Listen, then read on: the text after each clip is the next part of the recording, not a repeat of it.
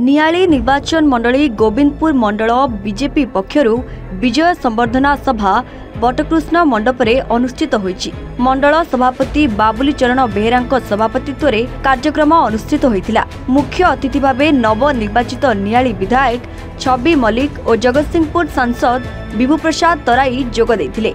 विभिन्न पंचायत रु आसिथिबा पंचायत प्रमुख बूथ सभापति और कर्मी माने फुलतोड़ा उत्तरीय दे संबर्धित करथिले। अन्यमानक मध्यरे सभारे नियाली निर्वाचन मंडली संयोजक प्रदीप्त कुमार पात्र, कटक जिला बीजेपी युव मोर्चा साधारण संपादक विश्वम्बर जेना, कंटापड़ा समिति उपाध्यक्ष जचिंद्र बराल, अशोक कुमार रथ, ललाटेन्दु पात्र, प्रशांत कुमार बेहेरा, ललाटेन्दु प्रसाद दास, वीरकिशोर जेना, संजय कुमार राउतराय, रजनीकांत भोई प्रमुख उपस्थित थिले। नियाली निर्वाचन मंडली को विकास दिगरे आगे नेबा सहित तृणमूल स्तर रे दल को मजबूत करिबा पई कर्मी माननकु आलोकपात करितिले नव निर्वाचित विधायक छवि मल्लिक और जगतसिंहपुर सांसद विभू प्रसाद तराई। लोक समस्तंकर आमर कार्यकर्ता एवं जनसाधारण बहुत उत्साहित थिले।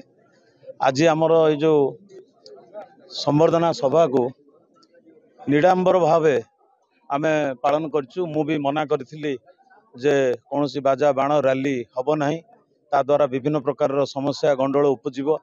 तेणु आमे चाहूँ नियाली निर्वाचन मंडली रे गोटे भाईचारार निर्वाचन मंडली हो, एठी कोनोसी कली झगड़ा न हो। हाँ, एठी कौ भली भाव में आमे आज आलोचना करछु कार्यकर्ता मानक सहित। जो भली भाव में कार्यकर्ता माने अक्लांत परिश्रम करिसेंती एवं नियालीर जनसाधारण मध्य चाहिचंती जे नियाली को केमती परिवर्तन करिवे।